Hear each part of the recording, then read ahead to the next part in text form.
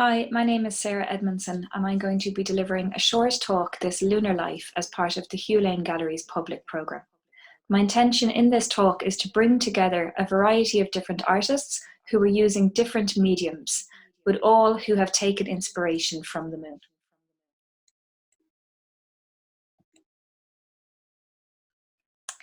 The first artist that I'm going to introduce you to is Patterson, who is a Scottish artist born in 1981. She is widely regarded as one of the leading artists of her generation, collaborating with scientists and researchers from across the world. In this work, Totality 2016, it resembles a very large disco ball. However, on each of the square pieces of mirror, she has hand-painted a solar eclipse. So there are more than 10,000 images on this disco ball. So when you experience this work, you see the reflecting progression of a solar eclipse across the room, from partial to total, mirroring the sequence of the sun eclipsed by the moon.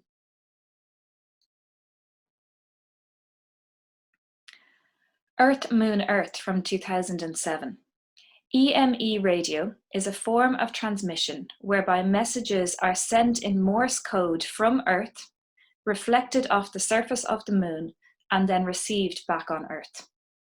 The moon reflects only part of the information back. Some is absorbed by its shadows or lost in its craters. For this work, Beethoven's Moonlight Sonata, which was translated into Morse code and sent to the moon. Returning to Earth fragmented by the moon's surface, this historical composition was then retranslated into a new score. The gaps and absences becoming intervals and rests. The moon-altered piece is played on an automated grand piano.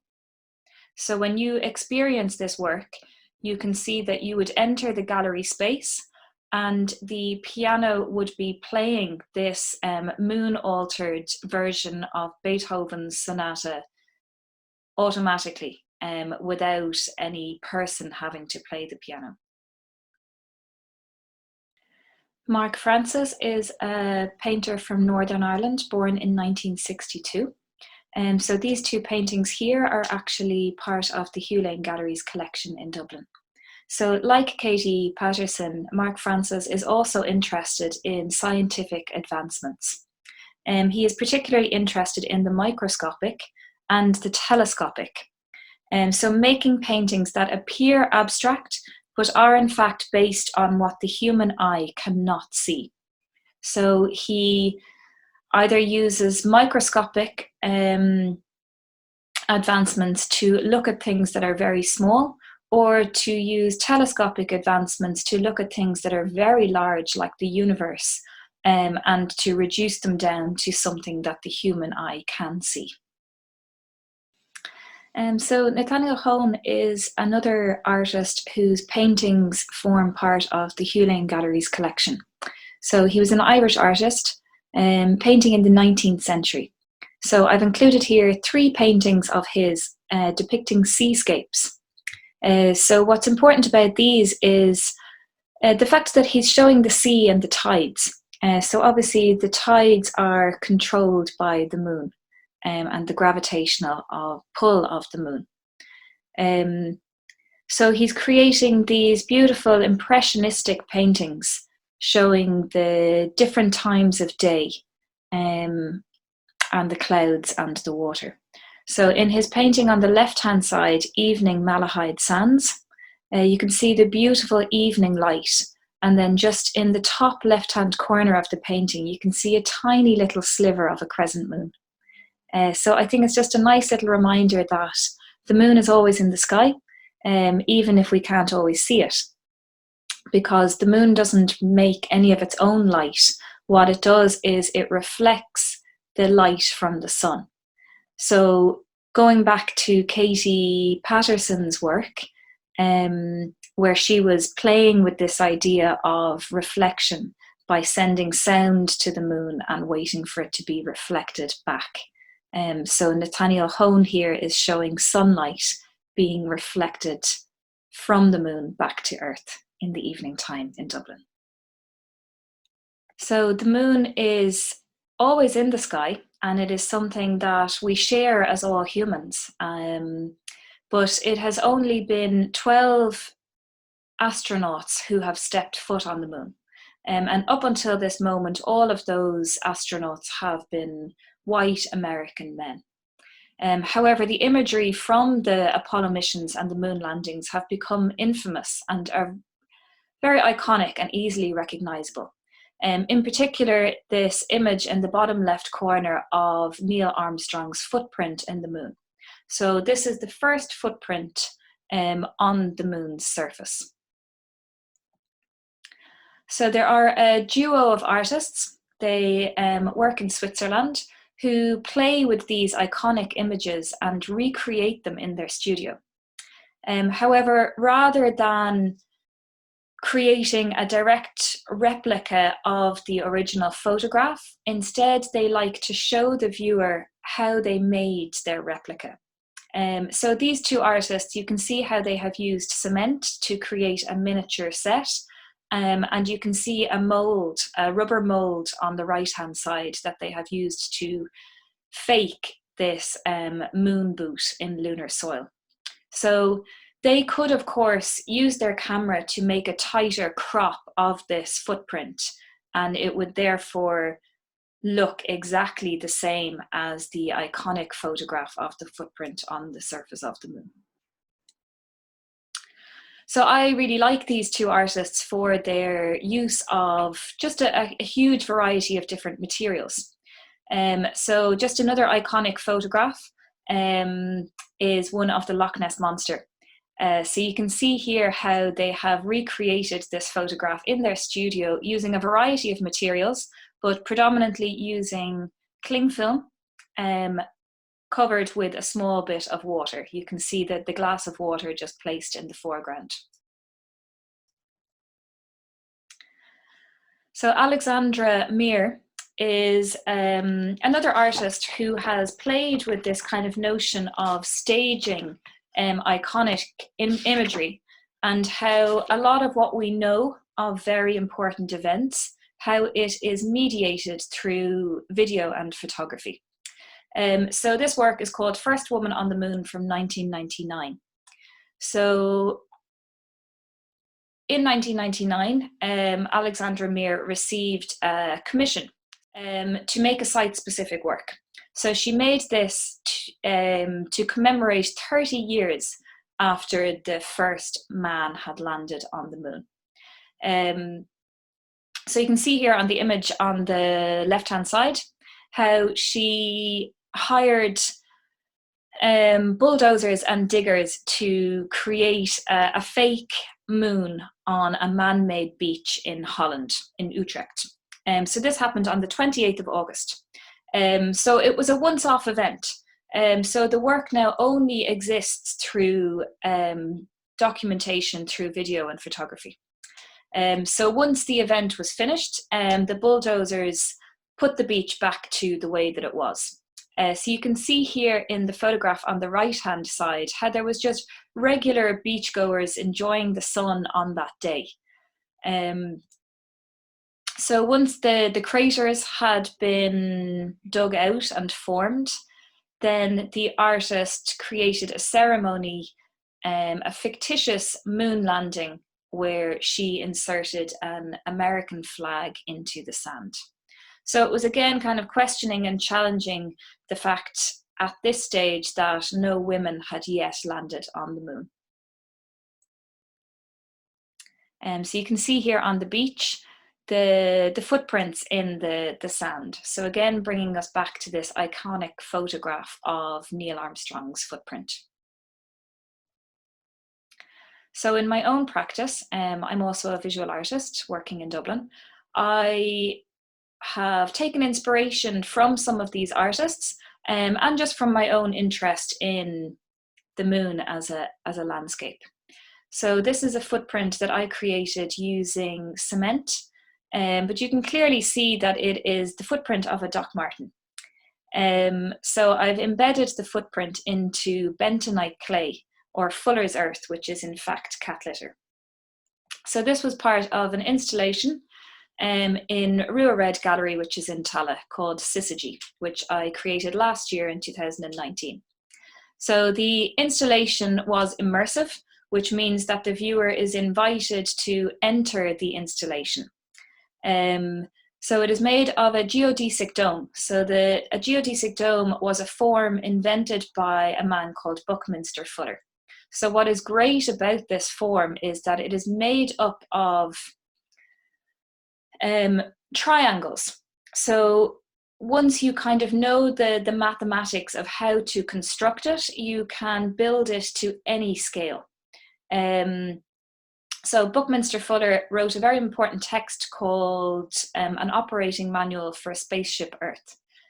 So I think he was one of the first people to recognize Earth as a spaceship, meaning that Earth is a kind of the planet that provides us with all the things that we need to survive, and that we inhabit this spaceship as we fly through the universe.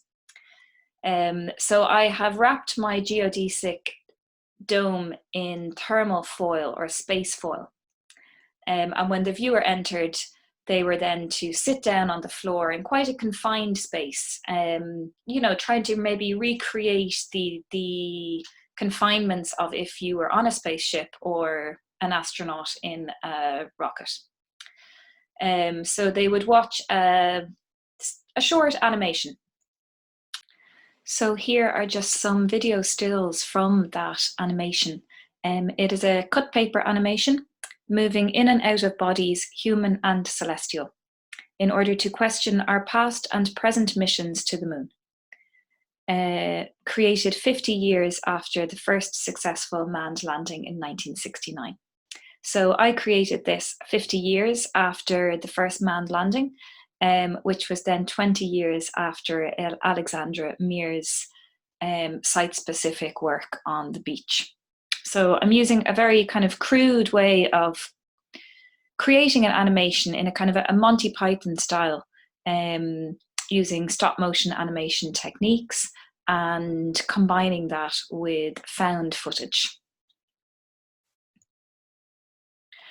So another artist who is interested in the current space race is Benedict Drew, who is an artist working in Britain but was born in Australia in 1977. So Benedict Drew makes large-scale immersive installations, critically responding to what he calls the horrors of the modern world. So this installation is called Kaput, and it was installed at Walker Art Gallery, Liverpool in 2016 to 2017.